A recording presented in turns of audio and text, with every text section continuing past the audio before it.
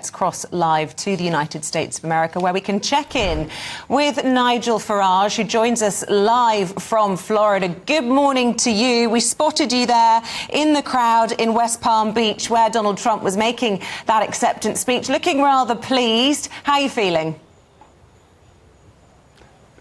Oh, delighted, absolutely delighted. This is what I thought it would happen, but it's happened on a really big scale.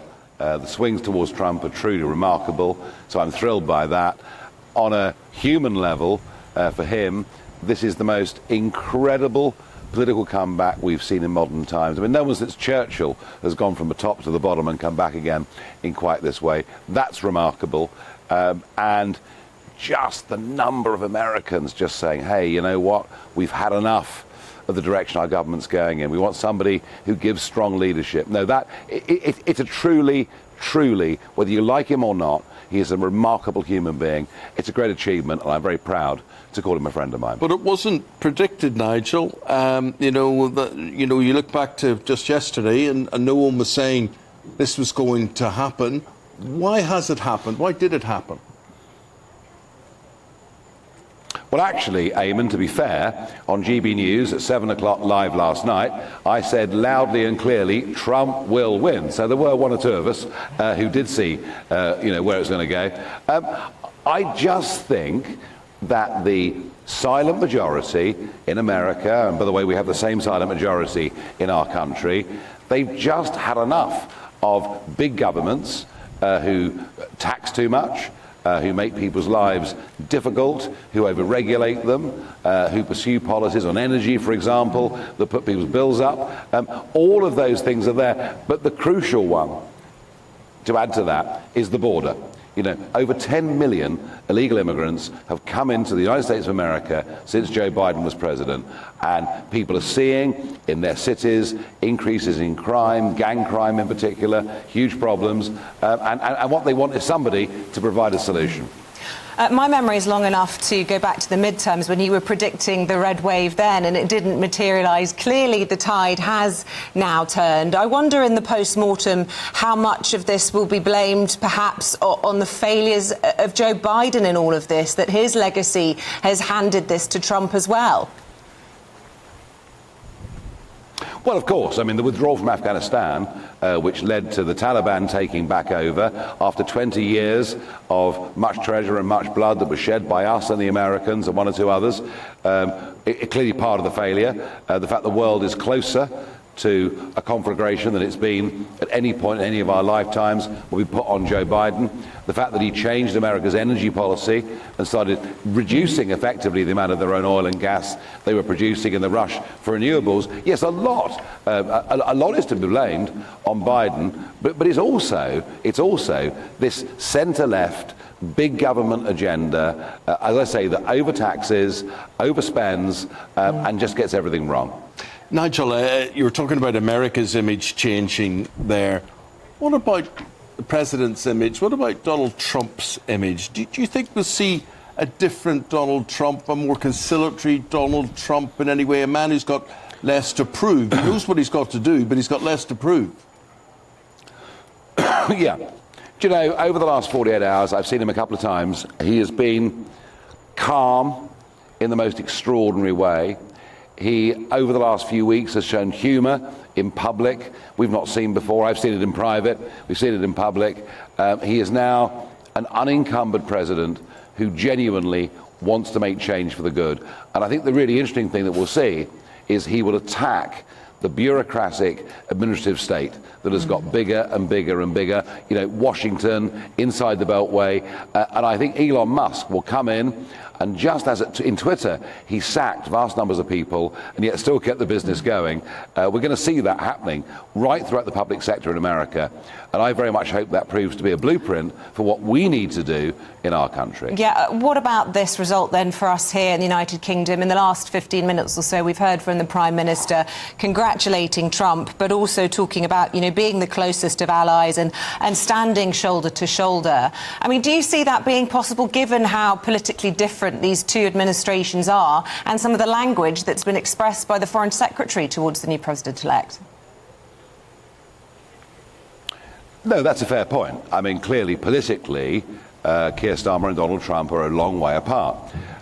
Things that have been said in the past by David Lammy, the Foreign Secretary, let alone Sadiq Khan, the Mayor of London, are very, very unhelpful. And sending over 100 Labour staffers to campaign for Kamala Harris was diplomatically a very stupid thing for a newly elected Labour government to do. But the thing to remember that's important, Trump is instinctively very, very pro-British. This is the most pro-British president we've had for decades. You know, his mum was a Scot and he loved the Queen, and all of those things actually matter. He has expressed to me over the years many times his desire to do a genuine free trade deal with the United Kingdom Nigel, that actually would benefit both sides of that equation. One word That's for an you opportunity. there. Tariffs. I mean, are we going to be exempt from those?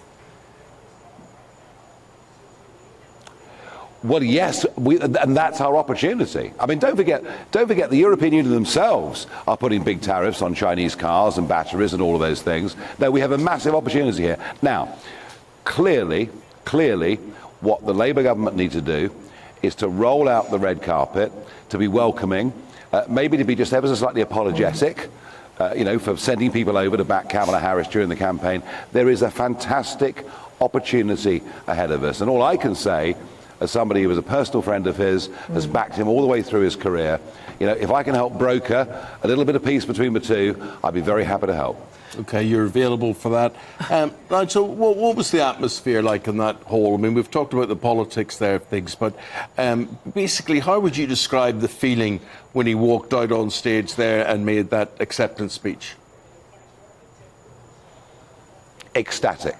Absolutely ecstatic. It was a level of energy and optimism that I've rarely seen in my life.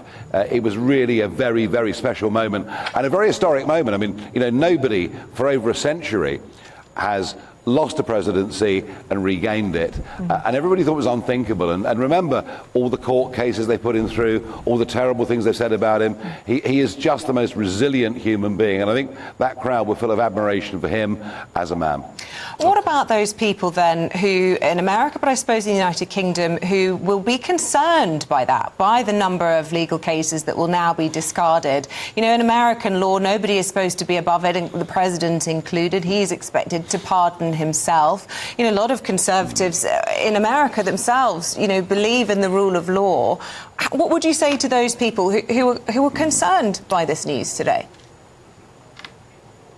Well, the rule of law is very important, but the abuse of law is equally important. And I mean, the court case that was taken against the Trump organization in New York, quite unlike anything that had ever been seen before in the entire history of American legal law. This was a political attempt to get him. The great American public saw through at the middle of that. I don't expect him for a moment to be as vindictive against them as they were against him. He's going to be too busy getting on with the job of governing. And frankly, I mean, the most upset people tonight are mainstream media. People like Emily Maitlis swearing, CNN virtually in tears. Mainstream media don't like the result of this. They can't accept this. And I understand there's a demonstration planned in London tomorrow night by a bizarre left-wing organisation called Stand Up to Racism, who clearly don't even like democracy. He's won this fair and square. He's won this big. He's won not just the electoral college votes, but he's won the popular vote as well. And yet some people just can't seem to accept it. Well, get used to it, because it's happened in America, and it's going to start happening all over Europe and the rest of the world too.